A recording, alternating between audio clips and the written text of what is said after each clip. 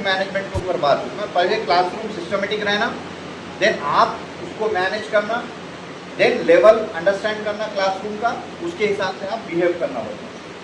Next is connect कैसे होना है। I was talking about you are one personality and you are dealing to different 20 to 30 personalities. अभी यहाँ पर भी मैं एक हूँ, आप अनेक हो। अब यहाँ पर भी कुछ लोग सुनते सुनते उनका माइंड किधर और किसी और जगह पे जा सकता है, कोई और जगह पे वैंडरिंग कर सकते हैं। This is common thing with all human being, ये कॉमन चीज़ें हैं। अब आप लोगों को ग्रिप में रखने के लिए जो क्वालिटी चाहिए as a speaker communication, I should use that techniques whether I knew it और नॉट। मुझे पता हो कि अगर यूज कर रहा हूँ दैट इज गुड, नहीं है तो अंडरस्टैंडिंग करके मैं यूज करना है। That is called effective communication. Communication का मतलब ही है अपनी बात को बच्चों तक पहुंचाना। अगर आप उसमें कामयाब हो जा रहे हो, आप पहले 30 के क्लास को अगर बोल रहे हैं, the last girl last boy is also listening to you, it means that your communication is good. आप यहाँ बोल रहे हो और बच्चे वहाँ अपने में अपन है, तो आपका कम्युनिकेशन में कमी है, कहीं ना कहीं you required communication, proper communication you need to deal. Now the usage of tone is very important. Tone का भी बहुत बड़ा रोल रहता है। ओवर शाउटिंग, इससे पहले भी बोला मैं, ग्राफ बनाया था आपको टोन का, है ना। टोन का भी ग्राफ होता है। कुछ लोग चिल्लाते ही रहते। Over shouting is very danger also. Low voice is also very danger also. No voice at all is also danger. So you should use the combination high, low, medium, slow. High, low, medium, slow. इस तरह का communication में आपको usage करना है tone का। Tone का usage आपको सीखना ज़रूरी है इफेक्टिव कम्युनिकेशन के लिए। ये हो गया एक। दूसरा, और कनेक्शन होने के लिए अलग अलग मल्टीपल पर्सनैलिटी को आप डील कर रहे हो, तो मल्टीपल पर्सनैलिटी को कनेक्ट होने के लिए few children they want extra motivation. कुछ बच्चों को ज़्यादा मोटिवेशन रिक्वायर्ड है। कुछ चिल्ड्रन को नॉर्मल भी अगर बोल देंगे तो they feel very happy. Understood. Different types of mindset are there in the different types of mindsets are there in the classroom. So you must use the different strategy for different people.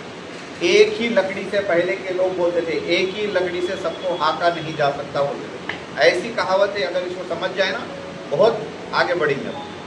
मतलब एक लकड़ी से आप सबको use नहीं कर सकते हो। You need to change your own sticks.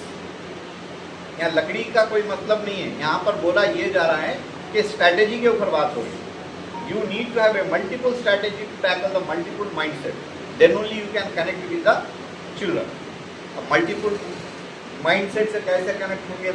Mindset कितने तरह के, वो idea होना है। You must understand how many types of mindset and personalities are there.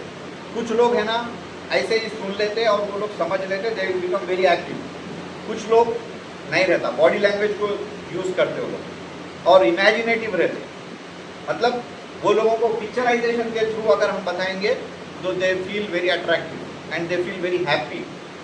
जैसे कि एक्सपेरिमेंटल के थ्रू अगर बताएंगे, आप देख लो क्लासरूम में, आप ऑब्जर्व किए होंगे कुछ बच्चे जो पढ़ के सुना देते answer, when it comes to the experiment they will not involve in the class.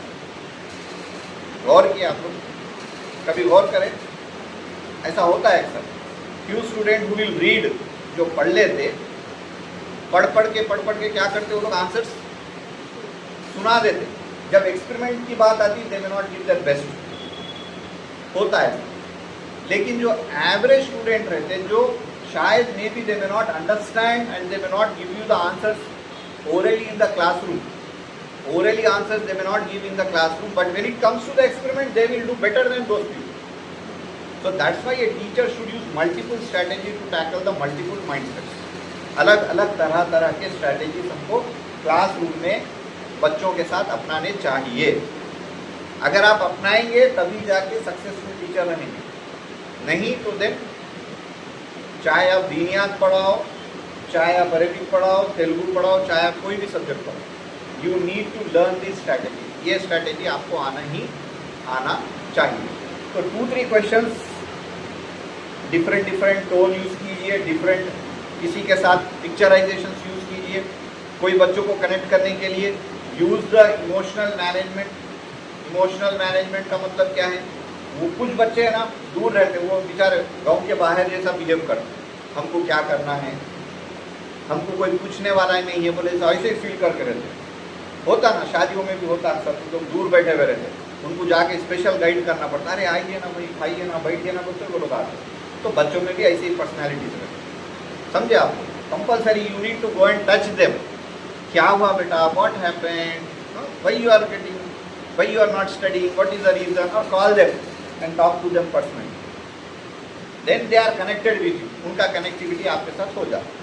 अरे I am also being heard, I am also being listened, they will understand. उनकी पर्सनैलिटी ऐसी है, हमको सुनना चाहिए, ये पर्सनैलिटी, ये माइंडसेट रहता हूँ।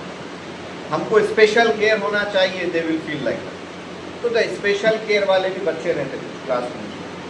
It doesn't matter with their background, family, economical status, financial status, कैसे भी हो सकते वो लोग, डजेंट मैटर। अमीर गरीब ऐसा नहीं है वहाँ पे, ये मत सोचो आप कि अच्छे पैसे वालों के बच्चों को स्पेशल केयर करना, ऐसा नहीं। वहाँ अमीर गरीब पर्सनल ये सब doesn't matter. You need to understand the behaviour of the child. आपको पहले हर बच्चे को समझना जरूरी है। 20-30 स्टूडेंट्स आपके पास है, कनेक्ट होने के लिए, before connecting with every student you must understand कि ये बच्चे को क्या चाहिए, ये गर्ल को क्या चाहिए, ये बॉय को क्या चाहिए, ये क्यों इम्प्रूवमेंट नहीं आ रहा है। तो स्पेशल केयर, स्पेशल स्ट्रैटेजीज, इसलिए हम लोगों ने क्या किया, डिफरेंट स्ट्रैटेजीज हम लोगों ने अपनाए। जो बच्चों को स्पेशल केयर रिक्वायर्ड है उनको स्पेशल बुलाकर उनको पूछा जा रहा है, आप लोग स्पेशल